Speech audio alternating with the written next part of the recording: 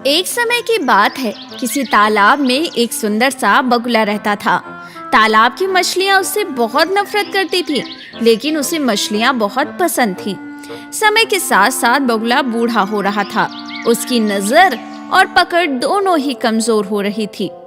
एक दिन बगुला कहता है, हे भगवान, ये मछलियां मेरी पकड़ से छूट कैसे जाती हैं? क्या करूं? अब तो पेट भी नहीं भरता। उधर मछलियां आपस में बात करती हैं, अरे अब इस बगुले से डरने की कोई जरूरत नहीं, ये तो बूढ़ा हो गया है।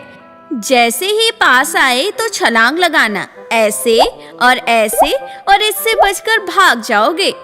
मछलियां बगुले के पास आती हैं और बगुला एक बार फिर उन्हें पकड़ने में नाकाम हो जाता है और नीचे गिर जाता है। मछलियां उसके हाथ से निकल जाती हैं। मछलियां कहती हैं, देखा तुमने, इस बगुले से डरने की बिल्कुल जरूरत नहीं। वो मछलियां बगुले के आसपास तैरती रहती हैं और बगुला उन्हें पकड़ ही नहीं पाता। एक दिन उसने सोचा, इस बुढ़ापे ने तो मुझे परेशान कर दिया।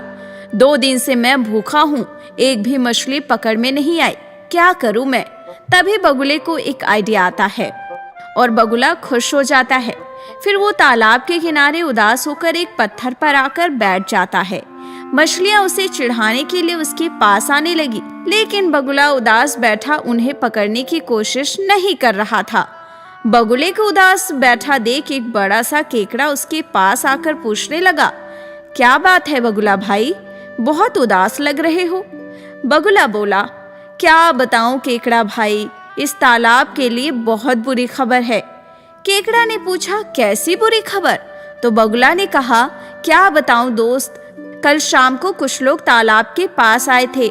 मैंने चुपके से उनकी बातें सुनी, तो वो आपस में बात कर रहे थे कि वो इस तालाब को मिट्टी से भर देंगे और यहाँ खेती करने लगेंगे।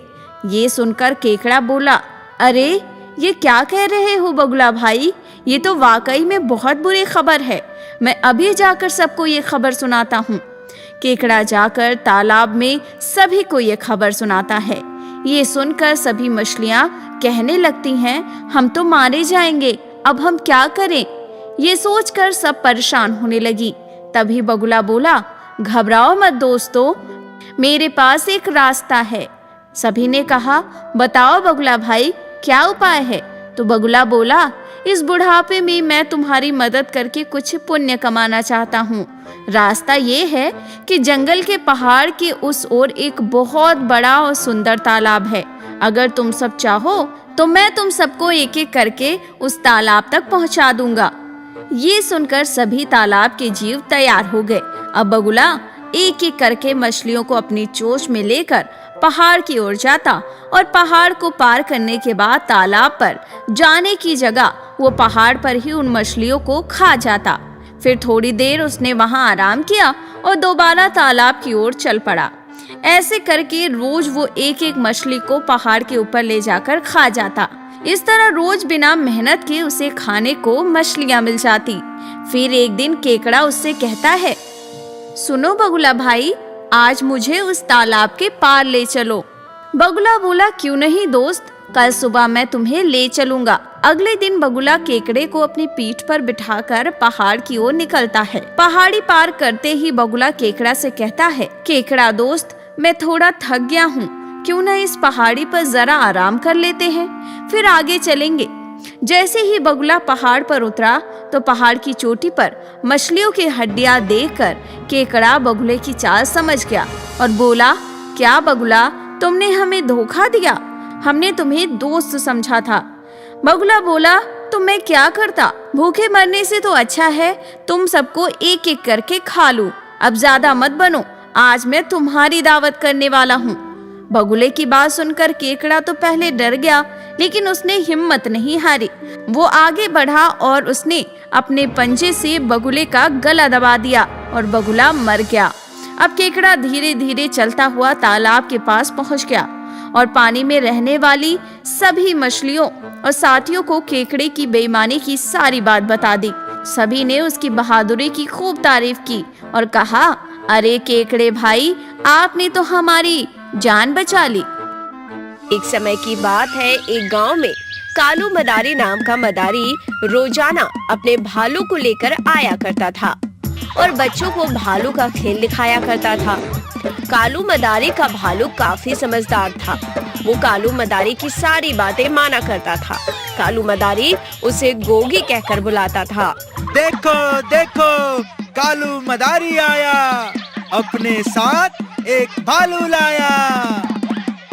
कालू मदारी आ गया, कालू मदारी आ गया, चलो चलो। आओ बच्चों आओ, जल्दी जल्दी आओ, देखो मेरा भालू तुम सबको बुला रहा है।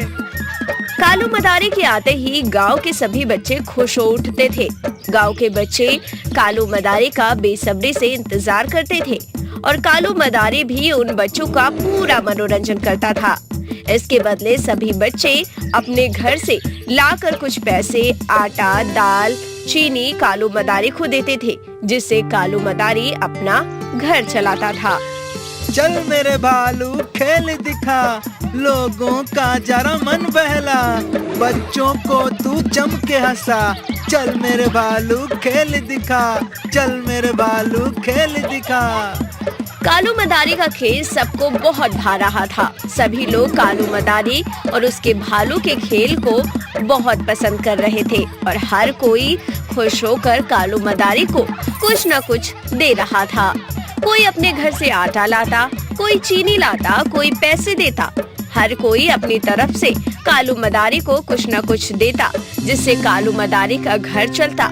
अब शाम हो गई थी। कालू मदारी अपना सारा सामान लपेट के अपने घर की तरफ निकलता है। घर जाते समय रास्ते में एक छोटा सा जंगल पड़ता है। कालू मदारी अपने भालू के साथ उसी जंगल में से निकल रहा होता है। तभी गोगी भालू की नजर एक भालू परिवार पर पड़ती है जो जंगल में बैठे थे।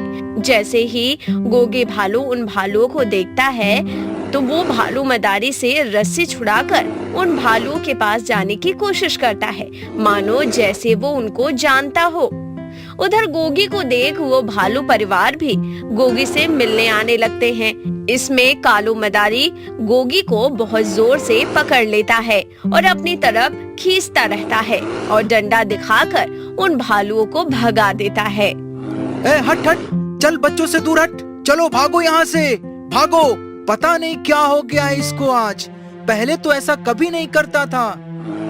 ये ले गोगी, आज तेरे लिए मन पसंदीदा फल लाया हूँ, खा ले। अरे गोगी, क्या हुआ तुझे? तू फल क्यों नहीं खा रहा है? ओह, अब समझा, वो जो जंगल में मिले थे वो तेरा परिवार था और मैं तुझे उनसे दूर लेकर आ गया। तुझे उनके पास वापस जाना है। अच्छा, तो तू इसलिए उदास है। चल, आज तू ये फल खा ले, कल मैं तुझे तेरे परिवार से मिलाने ले जाऊंगा। कालू मदारी की ये बात सुनते ही भालू खुश होकर कालू मदारी को गले लगा लेता है और फिर फल खाने लगता है। अपने भालू को ऐसे देख कालू मदारी सोचता है, मुझे गोगी को कल इसके परिवार के पास छोड़ के आ जाना चाहिए। बेचारा कितने सालों से अपने परिवार से अलग था। चंद रुपयों के लिए मैं और इसे अपने पास बांध के नहीं रखूंगा। यही ठीक है, कल मैं इसे इसके परिवार के साथ हमेशा के लिए छोड़ दूंगा। अगला दिन होता है। कालू मदारी अपने भालू को अपने साथ जंगल ले जाता है और उसको उसके परिवार के पास छोड़ देता है। अपने परिवार से मिलकर भालू बहुत खुश होता है। भालू को जंगल में उसके परिवार के पास छोड़कर कालू मदारी वापस आ जाता है। इस बात को अब काफी महीने बीत चुके थे। एक दिन कालू मदारी को अपने भालू गोगी की बहुत याद आती है। काफी समय हो चुका है गोगी को देखे हुए। अब किस हाल में होगा वो ये भी नहीं पता।